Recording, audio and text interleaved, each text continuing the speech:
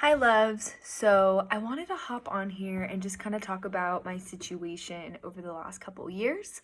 There are some things that I have been extremely private about and just kind of kept these things on the down low just because I was afraid of being judged, and I felt called to share this part of my story with everyone because I really think that it could help those who need to hear it in this time and space. And I made that intention before starting this video. So here it goes. So I was in a 4-year relationship with this guy. And during our time in our relationship, it was very toxic, to say the least. I came from a relationship before this one that was extremely sexually, physically, and emotionally abusive. I was being abused for over 3 years sexually by my first boyfriend, and I never healed from that. I never even knew I was being hurt until after the fact, and it was just a whole trauma bonding with my last ex. We'll call him Bean. So Bean and I we got together, and it was toxic in all the ways. I mean, just in every way you can imagine. And it started out with, in the beginning, I would wear certain things and he'd call me a hoe, he'd call me a slut. It turned into I was dirty for having sex with this certain amount of number of people he made me share with him. It turned into a physically abusive relationship. One night he got extremely violent with me, and it just kind of spiraled out from that moment. But yeah, our entire relationship, he would always call me a slut, a hoe, every name in the book that you can think of. And so I started to believe these things about myself. I thought that I was dirty. I thought I was slutty. I thought I was a hoe for having sex with more than one person in my life, you know? So it really started to get really unhealthy. And while he was saying these things, I never really felt connected to him. I never felt physically connected to him. I never felt emotionally connected to him or sexually connected to him. When we would have sex, if I was the motivator, he would deny me every single time. Every single time for 4 years. For 4 fucking years, I was denied every sexual encounter where I tried to make the first move. So you can only imagine the kind of trauma this does to yourself and your self-esteem. I started believing that I was really unworthy and that I was not deserving of a sexual relationship with my boyfriend. And this not only led me to resent him, but I started resenting myself. And I started believing that I am unworthy of anything that I want. So, on top of being rejected at every sexual encounter, again, he was calling me all of the names in the book that you can possibly think of. He was an extremely narcissistic person. I was lying to myself our entire relationship. He would gaslight me every time I brought something to light. He had a huge ego, would only talk about how much money he wanted to make, how he wanted to own a skyscraper, and that was like his only goal in life, was to own a skyscraper because he wanted his name to be at the top of it. So that's just a little snippet of my past relationship. We were together for 4 years, and during that 4 years, I realized I was being extremely sexually abused by my first boyfriend. So I've only had 3 boyfriends, and my first one was when I was 17. My virginity was taken from me, from him, forcefully. I never agreed to it. It was a very traumatic experience during those 3 years. He not only raped me in the beginning, but he raped me continuously throughout our entire relationship. And I thought this was okay. I thought it was okay because I never had a boyfriend. I wasn't taught that I didn't know about consent culture. I really just wasn't familiar with any of it. So I was being physically hurt on the inside, and I was very brutally hurt by this man. And so when I found something better than me getting sexually abused, I thought it was good, you know? I mean, you don't really know until you know. So so once I entered into this 4-year relationship with Bean, it was also a very traumatic experience. And so with these two relationships back to back, I was in a 3-year relationship with the sexually abusive ex, and then I was only single for a couple years, didn't do any inner work. I entered straight into the 4-year relationship with my narcissistic ex. So you can see how this might lead to something that maybe isn't going to fulfill me, because I didn't have the necessary tools in these situations. So I started my business when I was with my last ex-boyfriend, Bean. And during this time, it felt really inauthentic. I was reading people because I wanted to get my name out there. I wanted the clout. I wanted a big following. I was reading brand influencers. I was reading beauty influencers. I was reading models. I was reading YouTubers. I was reading actresses. And I was just reading them because I'm like, hey, like, shout me out on your Instagram. Like, I fucking want to be famous. But it wasn't coming from a true place. I wasn't true in my beingness. I wasn't true in my center. It was just very inauthentic. And this is at the same time I was with Bean, and in a very inauthentic relationship. So I was presenting myself and I was being this inauthentic person in my business. And me and my ex broke up. I broke up with him. I had this crazy knowing. I heard the words literally in my head, break up with Bean. And I broke up with him, and that was it. So after breaking up with my last ex-boyfriend, I just kind of went into this phase where I was really insecure, but I was drawing in amazing experiences. I was drawing in really cool people into my life, but like also still trauma bonding with these people. It was a really interesting part of my life. But so this was the chapter when I picked up everything that I had and I moved to Portland. I moved to Portland with $50 in my bank account. And this is where my story starts. So I have $50 in my bank account. I am leaving everything behind in my hometown because it is no longer healthy for me to live there. It is toxic as fuck. I have an ex-Bean who's fucking one of my friends. My sexual abuser is also in the same city.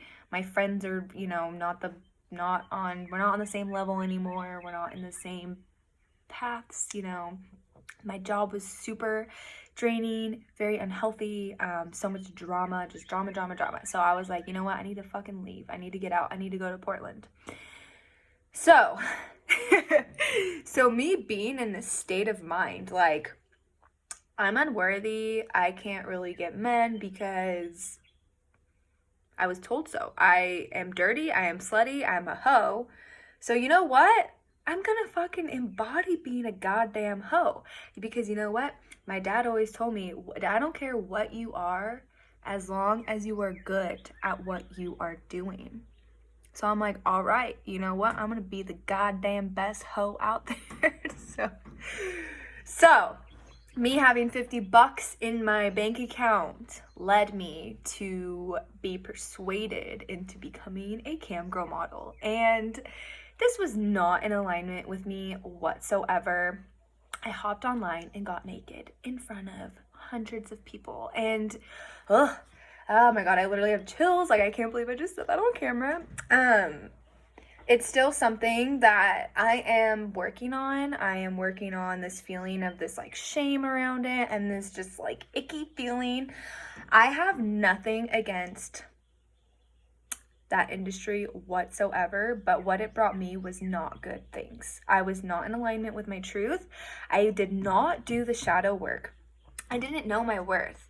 I didn't know I needed to heal so I can call in a business for myself that is truly aligned with my beingness. So I got naked on camera for money because I needed money. I needed to survive. I was in that instinct that I just needed money because I picked up everything. I left everything behind. I told my family that I had money saved to do this move so they would not bother me. My family didn't know about any of this. So this is something that is like really a lot for me to share just because it's been like a secret of mine for so long. And so yeah, I became a cam girl model and I made a lot of damn money. I also had a lot of fun. And do I regret it? No, I do not regret it. There are parts of me that it feels icky because it wasn't in alignment with my truth, but it led me to do what I do now. So after discovering this whole aspect of a cam girl, I was like, okay, like I want to get even deeper into this. Like I want to be in it. I want it to be like in my face. So I'm in Portland, the hub of strip clubs.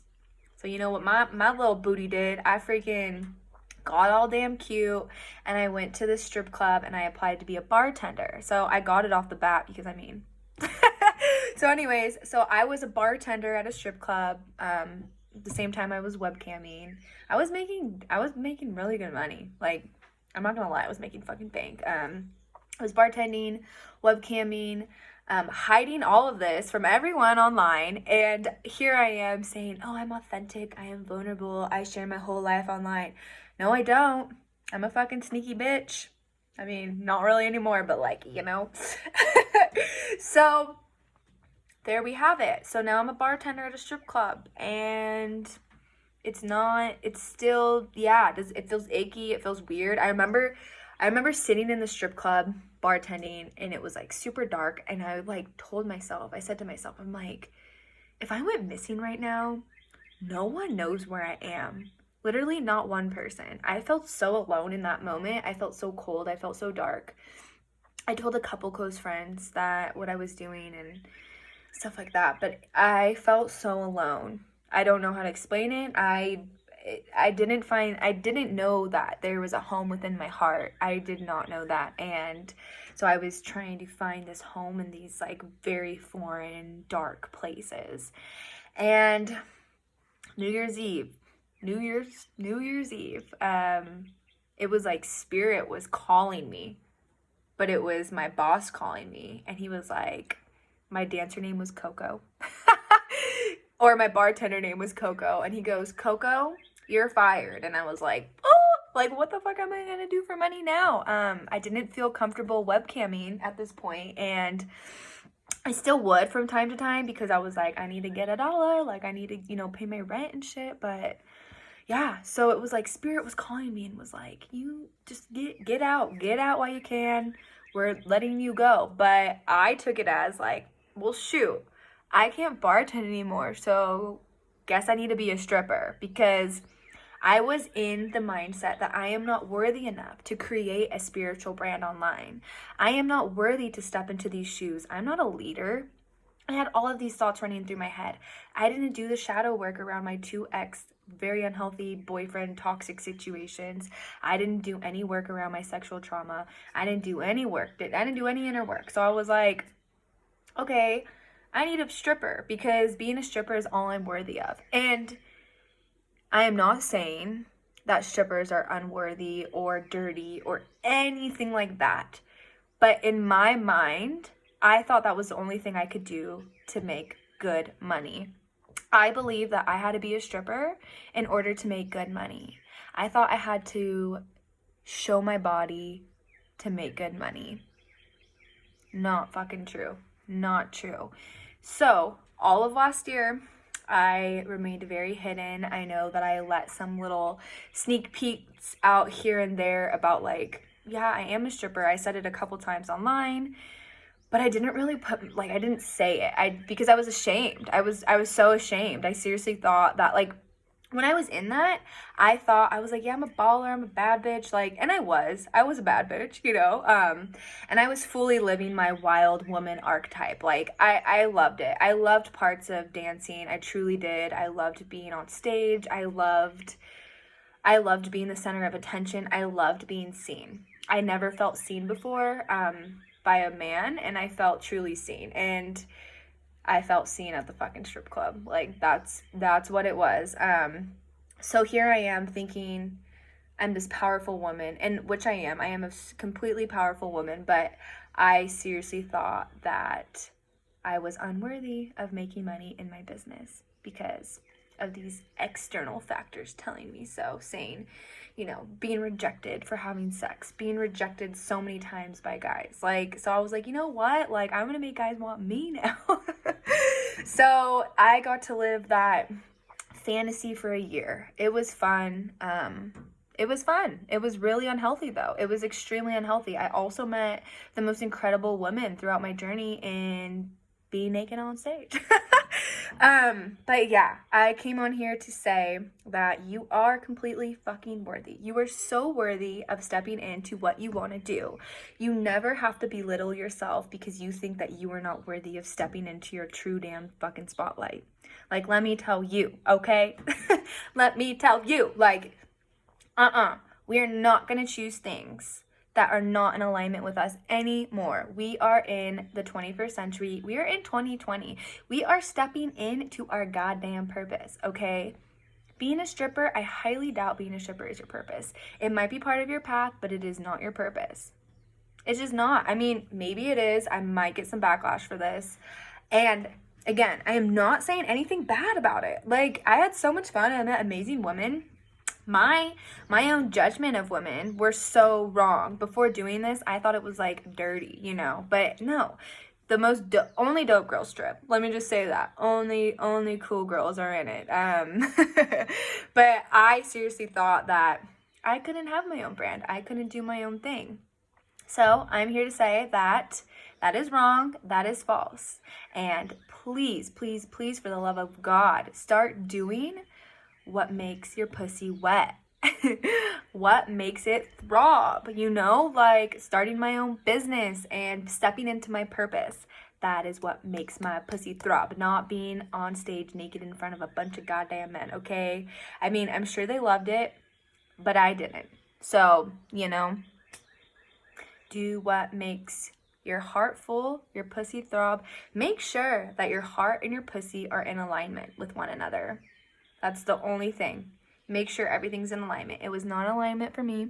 I was calling in horrible experiences, but I am here to tell you that you are so fully deserving and fully worthy of stepping in to your divine feminine, your sacred feminine, your wild archetype woman. She is so allowed. She is allowed here. You can hug her, you can be her, you can express her, but you are a sacred. Your body is a vessel of divine. Don't let anyone tell you different, because I know I did that for a whole reason. I know that was part of my path, but that is no longer me anymore. And like, here I am talking about it openly, and I'm sharing that part of me. And yeah, so I just wanted to end on that note, that you are so worthy and you are so damn deserving of anything you want. Step into your spotlight because you fucking deserve to shine, my love. Yes. Thank you so much for watching and listening. Mwah.